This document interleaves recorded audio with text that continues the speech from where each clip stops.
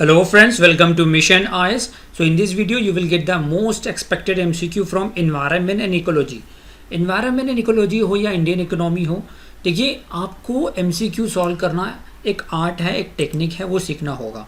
तो मेरे ज़्यादातर लेक्चर जो कि अनअकैडमी पे आते हैं और मेरी यूट्यूब के माध्यम से मैं यही कोशिश करता हूँ कि आप वो स्किल अपने अंदर इनकलकेट करो। जैसे फॉर एग्जांपल ये क्वेश्चन है, in the cities our country, which among the following atmosphere gases are normally considered in calculating the value of air quality index? Air quality index major करने के लिए कौन से पोल्यूटेंट्स को मेजर लिया जाता है? ठीक है, तो ये न्यूज़ में भी रहा और एटलीस्ट एक क्वेश्चन आपको एयर पोल्यूशन पे मिलेगा हर साल यूपीएससी प्रीलिम में।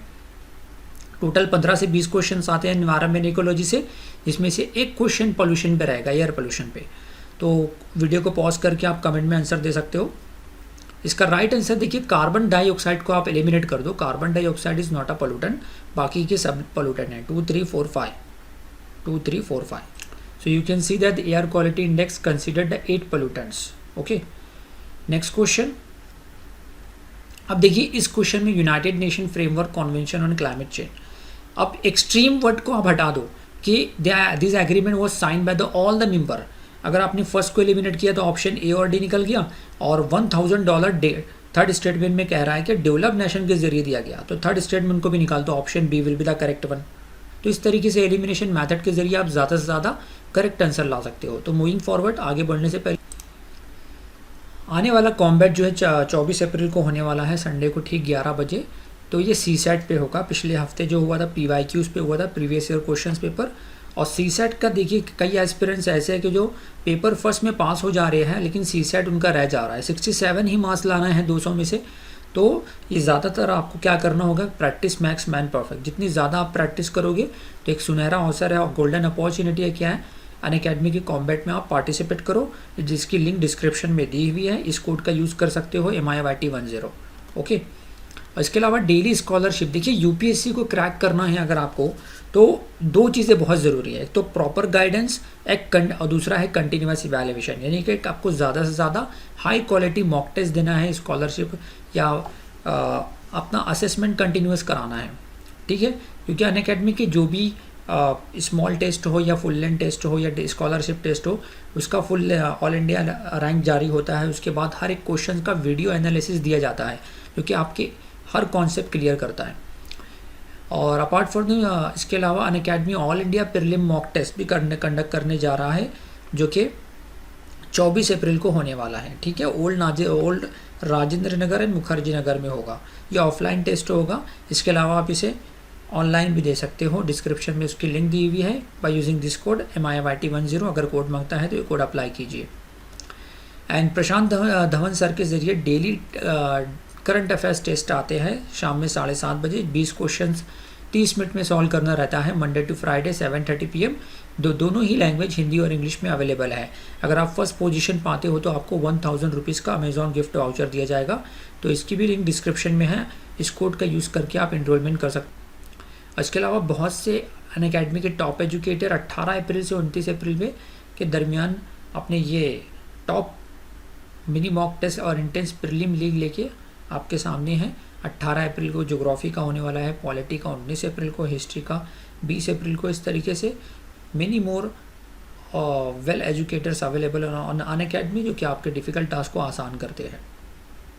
तो इस तरीके से पहले स्टेटमेंट में ऑल को आपने एलिमिनेट कर दिया। ऑल सारे मेंबर नेशन कैसे रेक्टिफाई करेंगे, ओके रेक्टिफाई करेंगे। और डेवलप कंट्रीज़ ने अभी तक के कुछ नहीं दान दिया है डेवलपिंग कंट्रीज़ को, तो option B will be the correct one. Next question, the sustainable development goal was first propose in the 1972। तो ऐसे स्टेटमेंट आपको इशारा करते हैं कि ये स्टेटमेंट रॉन्ग है। एंड सस्टेनेबल डेवलपमेंट गोल जो कि 2015 से 2030 का टारगेट लेके बनाया गया। तो statement second is right, means option B will be the correct one. Okay, next question, there has been a persistent deficit budget year after budget. तो ये जो है इकोनॉमी का क्वेश्चन है। तो आप देखिए कि गवर्नमेंट का नुकसान हो रहा है।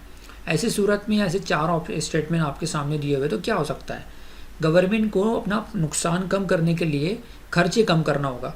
अगर नई स्कीम लागू करती है गवर्नमेंट, सेकंड स्टेटमेंट देखिए, इंट्रोड्यूसिंग न्यू वेलफेयर स्कीम्स, तो गवर्नमेंट के खर्चे बढ़ेंगे।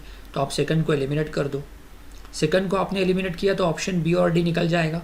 ठीक है, उसके बाद रिड्यूसिंग इम्पोर्ट ड्यूटी, गवर्नमेंट को पैसों की ज़रूरत है, इंक्रीजिंग इम्पोर्ट ड्यूटी करना होगा ना, तो फोर्थ स्टेटमेंट को भी आप निकाल दो।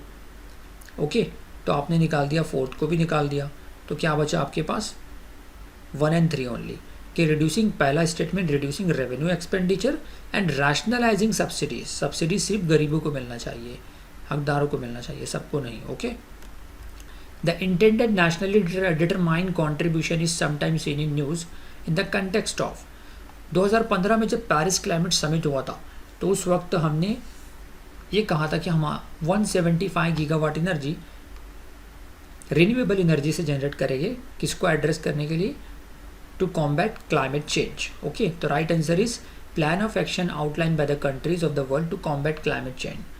तो ये मैंने इंडिया का इंटेंडेड INDC बताया, हर एक देश ने अपने तौर पे रखा था। इसके अलावा इंडिया ने आगे बढ़ के इंटरनेशनल सोलर अलायंस भी बनाया, इसमें tropic of Capricorn and tropic of Cancer के बीच के देश आते हैं। Next, United Nation convention to combat desertifications, ये जो कॉन्वेंशन है, इसके अलावा UNFCCC and CBD convention on biological diversity, ये 3 कॉन्वेंशन, अर्थ समिट 1992 जिसको रियो डी जेनेरियो समिट भी कहते हैं, जो 1992 में 1992 में हुआ। अब देखिए इस क्वेश्चन का आंसर कैसे निकालोगे आप। पहला statement, it aims to promote the effective action through the innovative national programmes and supportive international partnership. Okay, second, it has a special particular focus on South Asia and North African region। क्या south Asia और north African region में ही desertification हो रहा है? थोड़ा सी common sense लगाओ, हर कोई हर चीज़ पढ़ के नहीं जाता। स्मार्ट कैंडिडेट ये देखता है कि UPSC क्या चाहता है, UPSC बाहर से बहुत सख्त है लेकिन अंदर से सॉफ्ट है, वो स्मार्ट कैंडिडेट पिकअप करना चाहता है। तो स्टेटमेंट सेकंड को आप एलिमिनेट कर दो, स्टेटमेंट सेकंड को आपने एलिमिनेट किया तो ऑप्शन B और D यहाँ पे खत्म हो गया। Third statement, it is a committed to bottom up approach and encouraging the participation of the local people in combating desertification. Desertification क्यों हो रहा है? By deforestation is the main reason, तो afforestation is the solution for the desertification. Okay, तो local people ही काम कर सकते हैं। तो statement third and first are seems to be very positive, तो option C will be the correct one, 1 and 3 will be right. तो इस तरीके के और क्वेश्चंस आप देखना चाहते हो और मुझसे और टेक्निक सीखना चाहते हो तो अनअकैडमी पे मेरे डेली लेक्चर्स आते हैं, इसकी लिंक डिस्क्रिप्शन में दी हुई है। इस कोड का यूज़ कीजिए MIYT10। सबसे पहले अनअकैडमी लर्निंग ऐप डाउनलोड कीजिए, अपने ईमेल और मोबाइल द्वारा साइन अप कीजिए और UPSC CSE GSE, UPSC CSE GS ये कैटेगरी सेलेक्ट करके आप मेरा कोड यूज़ कीजिए MIYT10। डिस्क्रिप्शन में लिंक दी हुई है। Thank you, have a nice day.